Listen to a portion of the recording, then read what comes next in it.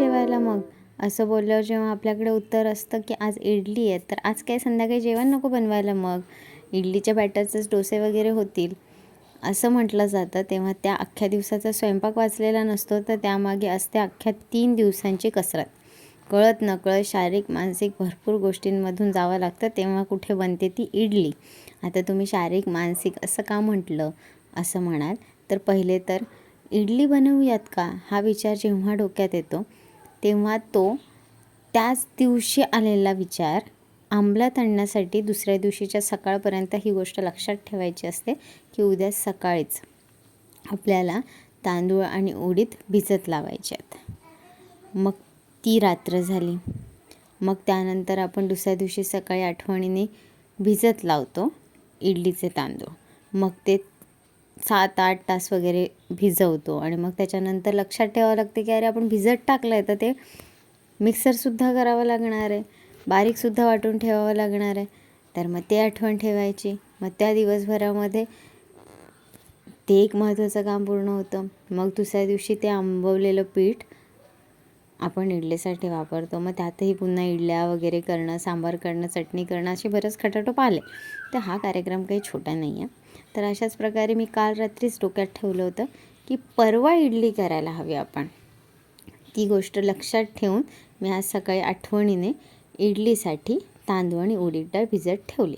तर मी 1 वाटी उडीद डाळ, 3 वाट्या तांदूळ आणि भिजवू घालताना त्यामध्ये 1-1 चमचा मेथीचे दाणे टाकलेले आहेत.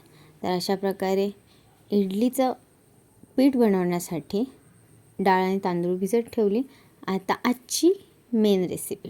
आता इडली तर उद्यावर गेली ना, ते उद्या बॅटर तयार होणार, त्याच्यानंतर बनणार ती रेसिपी.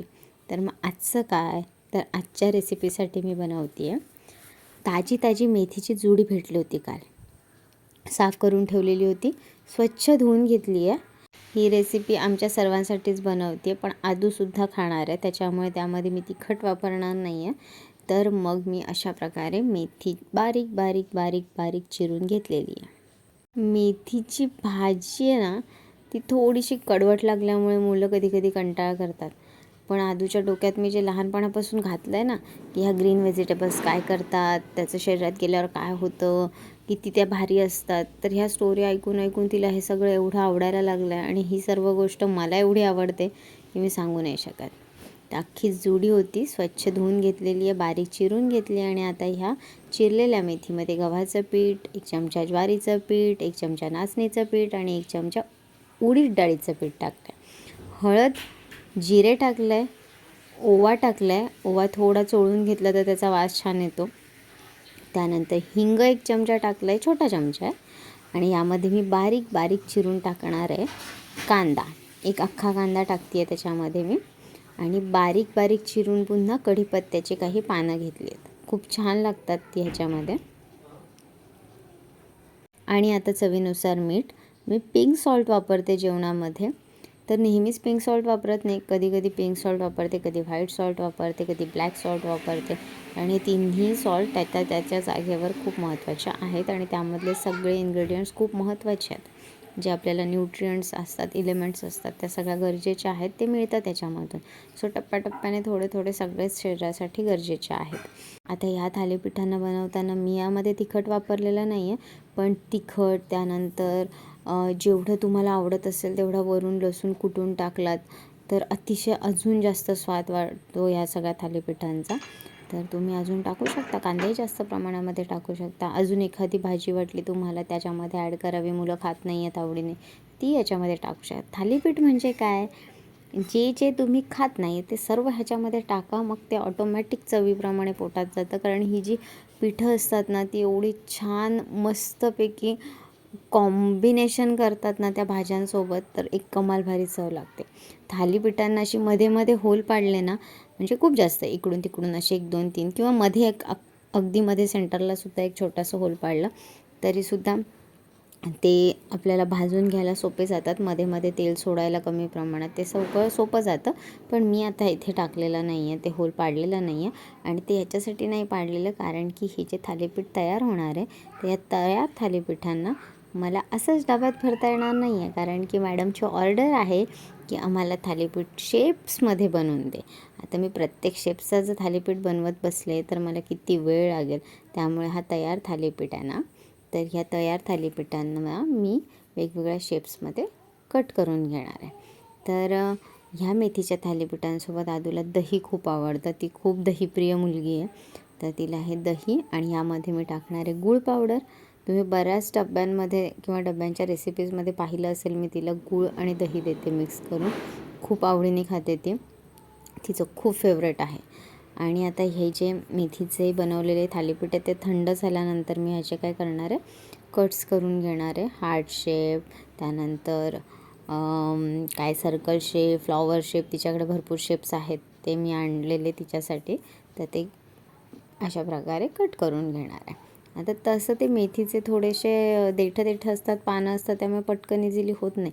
म्हणून मी लाटण्याने त्याच्यावर एकदा फिरवलं आणि लगेच त्याचे कट्स तिथल्या तिथे तयार झाले.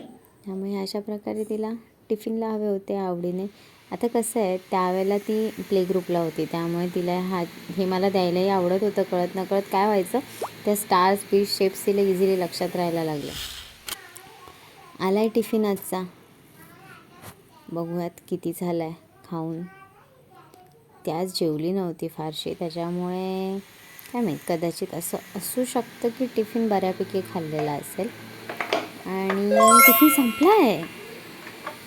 ओह माय गॉड, तिला खूप आवडलेलं आहे. मला सांगत होती ती गाडीवर, मम्मा खूप छान झालंय. बापरे, खूपच जास्त आवडलेले दिसतात. तर तुमच्याही घरी जर मुलं मेथी खात नसतील तर त्यांचे टिफिन असे फस्त होण्यासाठी एकदा तरी ही रेसिपी करून बघा, खूप छान लागते. लुक एट मी, कसा होता?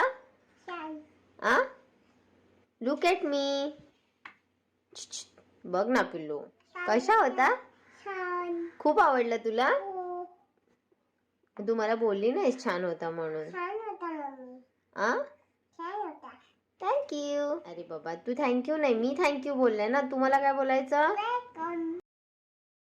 चला, आजची रेसिपी तर झाली. उद्या मला इडली द्यायची आदूला, त्यासाठी मी जे उडीद डाळ आणि तांदूळ भिजत ठेवले होते ते चांगले मस्तपैकी भिजलेले आहेत. 5 ते 7 तास झालेत जवळजवळ त्याला. आता मी इथे बासमती तांदूळच वापरले, तुम्ही कुठलाही तांदूळ घेऊ शकता. खास इडलीसाठी सोडा मसुरी तांदूळ वगैरे काही जण आणून ठेवतात, तर तोही छान होतो. इडल्या त्याच्याही छान होतात, पण आता माझ्याकडे रेग्युलरली मी बासमती तांदूळ यूज करते, तर मी त्याच तांदळामध्ये इडली बनवणार. आता ही भिजलेली उडीद डाळ आणि तांदूळ वाटून घेताना त्याच्या 10 मिनटं आधी मी सेम उडीद डाळ ज्या मापाने घेतलं त्याच मापाने 1 वाटी पोहे स्वच्छ धुवून घेतलेले आहेत आणि 10 मिनटं उडीद डाळी ज्या पाण्यात भिजत ठेवली त्याच पाण्यामध्ये हे भिजून घेतले. आता हे भिजलेले पोहे आणि उडीद डाळ, तांदूळ सगळं बारीक वाटून तयार आहे. हे आपलं मिश्रण हे आता रात्रभरासाठी मी झाकून ठेवणार आहे. उद्या पाहूयात बॅटर कसं झालं आहे.